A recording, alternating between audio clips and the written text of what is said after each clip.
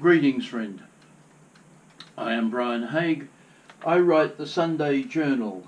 This is Sunday Journal number 136, which has teaching, preaching, resources based on the Sunday readings. It is a bit unfortunate that the Sunday readings are usually just printed in the parish pew sheet as a list of readings. It raises questions. Why are they there? How are they to be read? What are the outcomes we're looking for? And which are the main texts? The problem is, people are given this list, and I can't believe many people read them. For a start, a reader needs to go to the end of the Old Testament, then for the psalm, come towards the front. On finishing the psalm, go towards the back of the New Testament to Corinthians, and then finally onto Mark at the start of the New Testament. I cannot believe many people will take the effort to read each of those texts, let alone comprehend and remember what's in them. This has led me over the years to say we could do much better for people in our parishes who want to find out what is in these readings. And so, this double page at the very beginning of the book, we've outlined on the chart here, and we'll look at it piece by piece. And the first question is, why are the readings there? Well, first of all, we've taken the readings and we've given a summary of what the readings are about and why they're there for the first Sunday in Advent. Then, on top of that, we've then got some prayers for the first Sunday, which is about hope. The first prayer is a morning prayer of hope for us to use, and the second one is a prayer for others. We think this is a good idea to have, and so have given each idea a star. Oh, I forgot. We've got a star on the front of this church teaching Bible book because it looks interesting. It's got us in the middle of a pandemic. Here we are struggling to keep in control, keep our heads above water, and keep everybody calm and together. That is the theme of these pages. Not only that, we have got full colour with photographs, and we also think that these photographs are worth a star, and we don't see this in many church teaching manuals.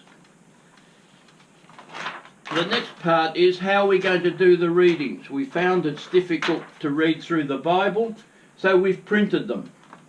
Here, Isaiah, Psalm, Corinthians, 1 Corinthians, and Mark.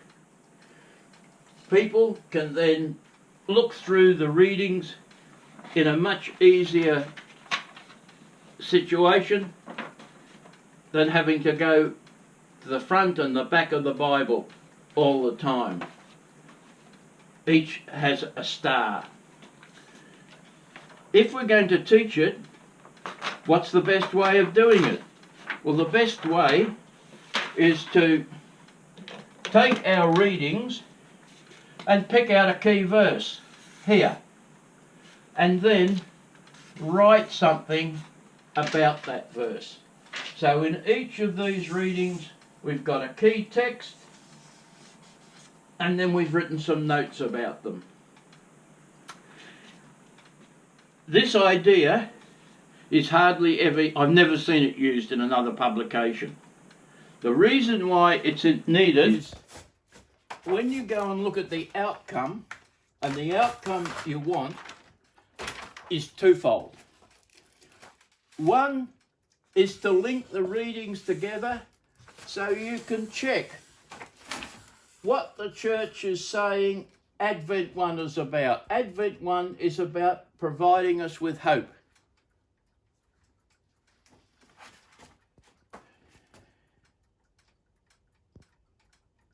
Linking the readings may be difficult for some people, and it might be necessary to say, you don't have to do all this.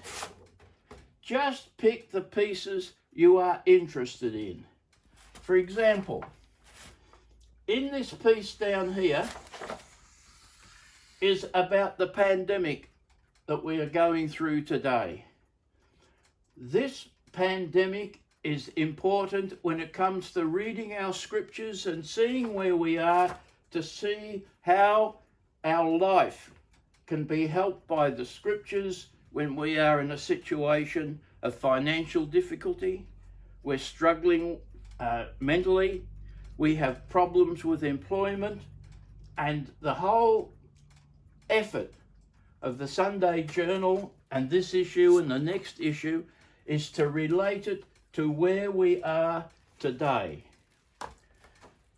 Finally, we have a series of questions, and I've again put a number of stars for good ideas here, because each of the questions are different.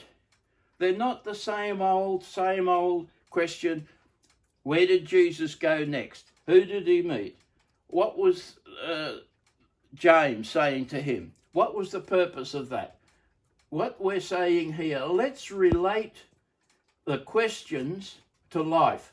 For example, I'll get another colour so this doesn't look messy. So, this first question here goes all the way back here to Isaiah. Isaiah says we fade like a leaf. And before we fade away like a leaf, what are three main things we want to pass on to the next generation to remember? That's about it. We've got stars everywhere.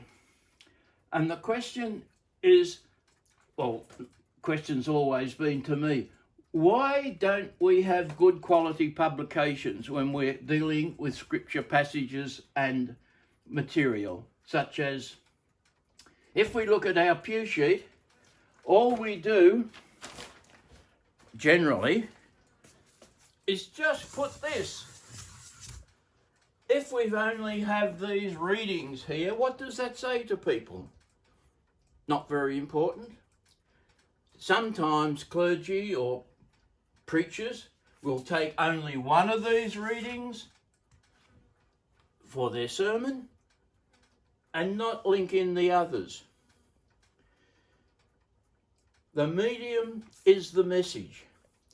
How you put together and how you package what you want to get across to people gives some indication to them of what the significance of your material and your teaching is. I think I should say this in the end, finally. We've got stars everywhere, but I would give this reading book, one big star. All this is reproduced, or the pattern of all this, 12 times. So, Advent 1, Advent 2, Advent 3, Advent 4, they've all got this sort of approach to the double spread. There's 2 double spreads to each week. Overall, that will mean each of this material here, each week, costs 80 cents. to give away. 80 cents. So instead of just having this here, you have a whole range of ideas, themes for you as a study group leader, for you as a preacher to open out to your parishioners at 80 cents a week. Oh, I almost forgot. The reason I gave this a star is because the next book, Sunday Journal 137 for Lent, oh, let's have a different colour, is worth 1 star for all these ideas, plus 2 more new themes never seen in any other publication in our church before.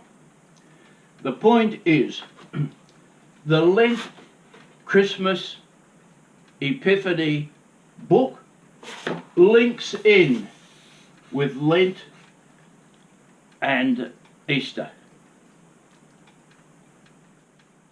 Are you going to get this publication? Up to you. But if you don't, what will you use instead?